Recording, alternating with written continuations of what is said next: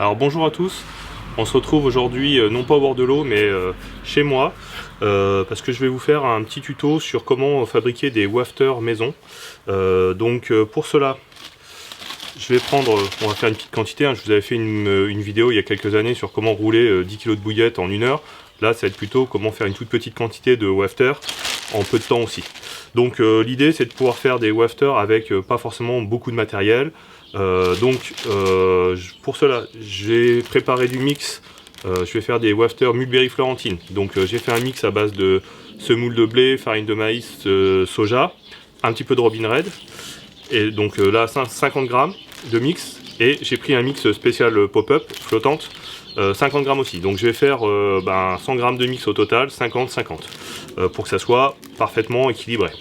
Je vais passer à la partie confection. Donc tout simplement je vais dans un premier temps mélanger mon mix flottant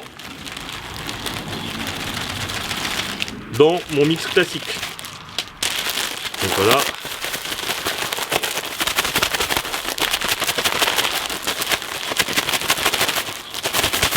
Voilà, donc là c'est bien mélangé.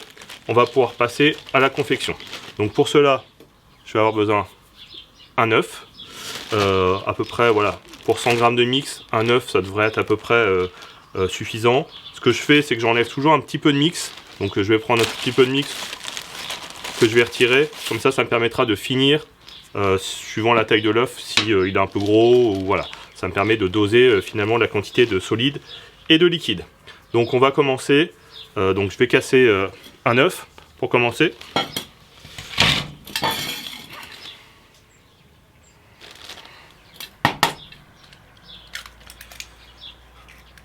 Voilà. Et puis je vais mettre un tout petit peu de sorbate de potassium. Donc c'est un conservateur assez connu pour être utilisé dans les bouillettes. Donc je vais mettre juste une cuillère de sorbate de potassium. Ça permettra d'éviter l'apparition de moisissures dans les wafters. Donc tout simplement, je vais battre les œufs pour l'œuf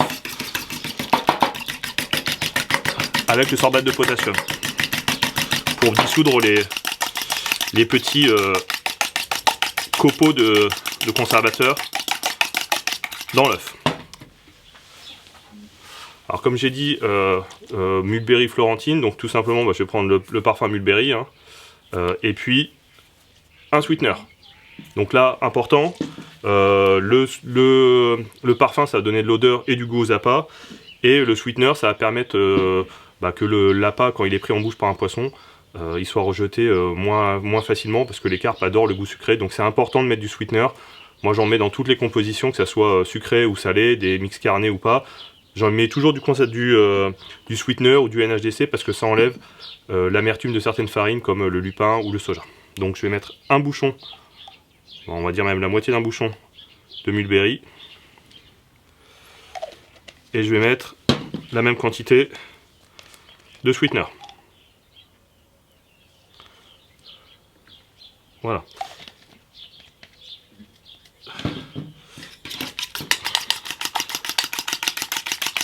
Et je vais bien remélanger.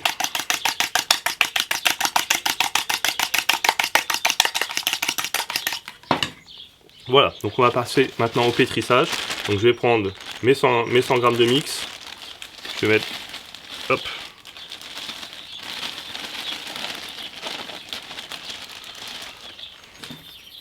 voilà. Donc mon mix, mes œufs, et je vais tout mélanger.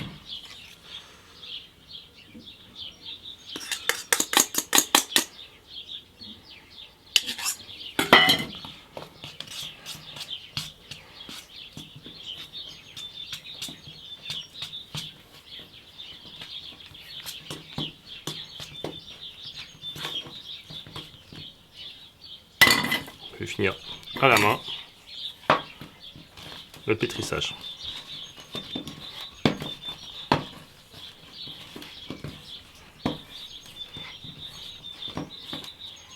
Donc là on voit le mix est encore un peu collant, donc je vais rajouter, comme le mix est un peu collant, je vais rajouter un tout petit peu de farine que j'avais conservé à côté. Voilà, donc là la pâte est bien, on voit que c'est plus collant, donc c'est parfait. On va pouvoir passer au roulage. Donc pour rouler, comme je vous disais, je minimalise dans le matériel pour que ça soit utilisable par tout le monde, hein. J'ai pris une toute petite table à bouillettes, donc là c'est une table en 18 mm, et puis je vais faire les boudins à la main. Voilà. Donc l'idée c'est que je vais prendre une petite quantité de pâte et je vais la rouler sur la table, hein, pour l'allonger, faire un petit boudin que je vais pouvoir mettre sur la table après.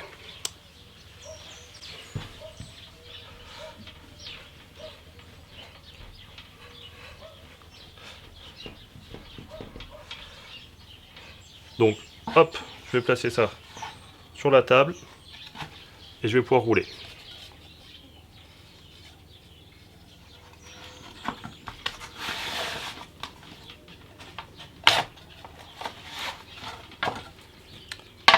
Et voilà, donc les wafters sont roulés. Je vais les mettre de côté et on passera à la cuisson tout à l'heure.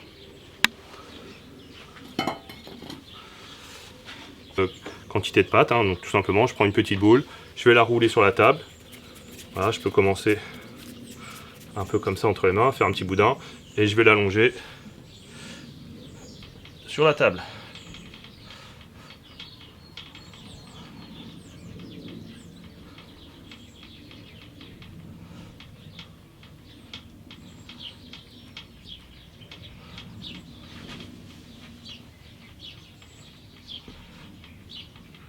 Voilà, donc j'ai décidé de faire deux tailles de wafter.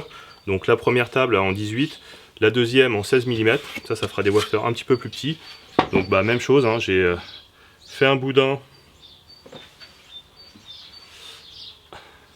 que je vais mettre sur la table de 16 mm. Et je vais pouvoir rouler mes wafters.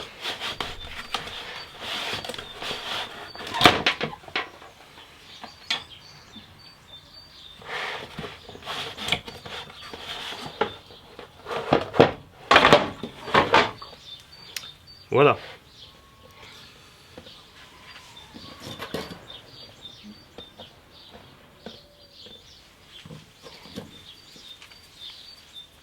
Alors, petite technique.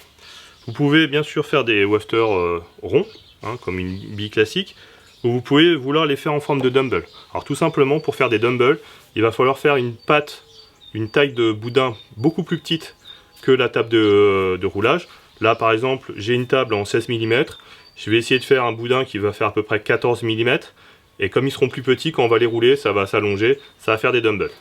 Donc on va essayer de faire des petits dumbbells aussi, ça changera la forme, et puis ça peut des fois permettre d'avoir des choses un petit peu différentes. Donc voilà, mon boudin, on voit qu'il est beaucoup plus petit que la rainure de la table, et donc on va rouler avec ça pour faire des dumbbells.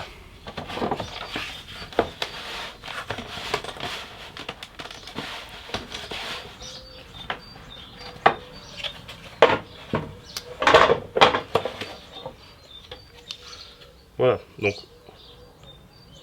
on a nos petits dumbbells. Je finis et on se retrouve après pour la cuisson. Donc voilà l'eau bout.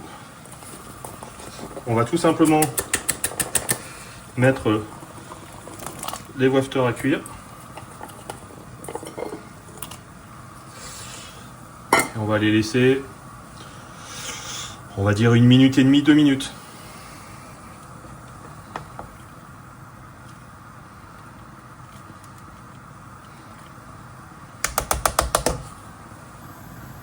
Alors d'habitude les bouillettes flottent quand elles sont cuites.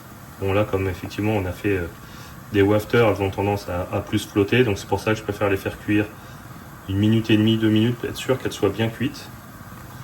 Là ça va être bon. Donc, tout simplement je vais les enlever du feu. Je vais les mettre sur un petit papier absorbant.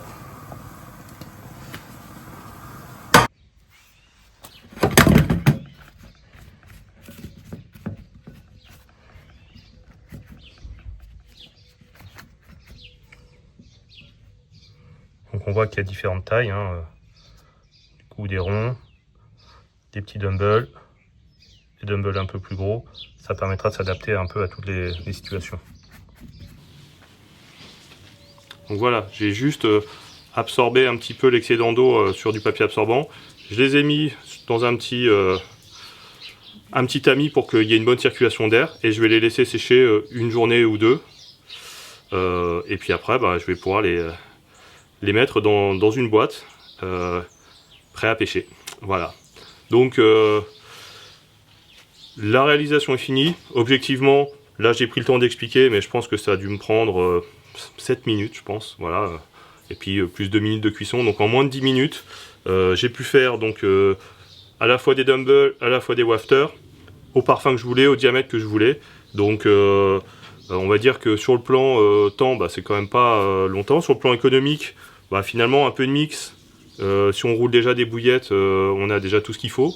Il suffit juste d'avoir investi dans un peu de mix spécial pop-up, donc ça va pas chercher bien loin. Et ça permet de vraiment s'adapter exactement à ces conditions de pêche. Donc j'espère que ça vous aura apporté toutes les éclairages sur comment faire des dumbbells. Et puis maintenant, il n'y aura plus qu'à les tester en conditions de pêche réelles. Voilà. Allez, à bientôt.